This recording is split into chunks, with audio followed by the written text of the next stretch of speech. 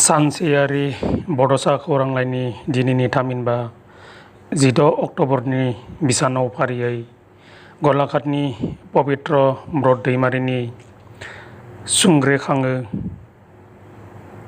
खामार दैसा गोजौ फरायसालि बाक्सानि दैथुन बसुमतारिनि आं गाबो बिरहां कुमार ब्रह्मनि साहस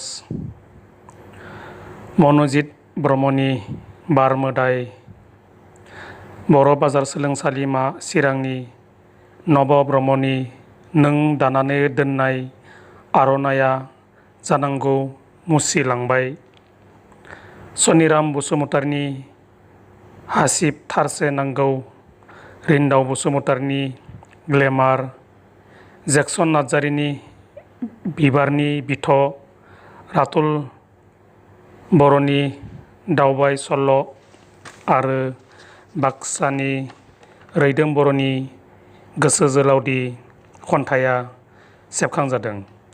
मिजिंथिबायदि सानसेयारि बड'सा खौरांलाइयाव अराय नोंथांनि बेसेन बहरा लिरथिखौ दैथायहरबाय थागोन आरो सानसेयारि बड'सा खौरांलाइखौ अराय अनसायलांबाय थागोन।